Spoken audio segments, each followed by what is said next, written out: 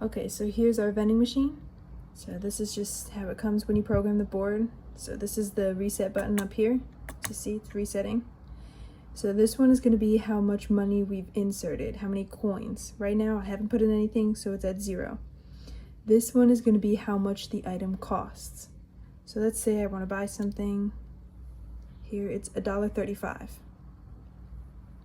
Now to insert coins, it's going to be these 4 buttons here. The bottom one is going to be the dime.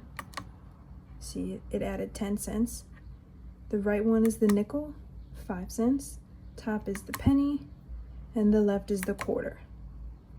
So right now I have 41 cents, and I'm trying to buy an item that's $1.35.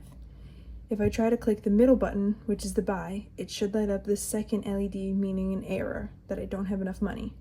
So we're going to click buy, and the second LED lights up. All right, do it again, meaning the error. Now if we just add a bunch of quarters. Okay, now I have $4.16 for an item that's $1.35. If we try to click buy, the first LED should light up, meaning it went through. There, the first LED lit up, and it also subtracted how much the item cost. So from $4.16, it subtracted the $1.35. We can do it again. LED lit up, amount subtracted.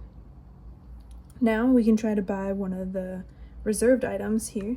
So it's going to be the setting 1111, and then this shows that it's reserved. This, if we try to click buy, should light up the third LED, meaning the reserved error. So click buy, and the third LED comes up, showing the error. We can do it again. Okay, now let's go back to our original item, the $1.35.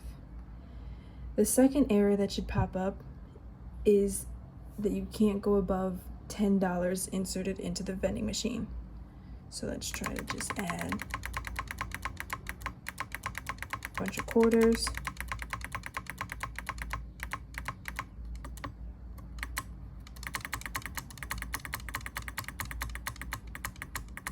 All right, so now I'm at $10.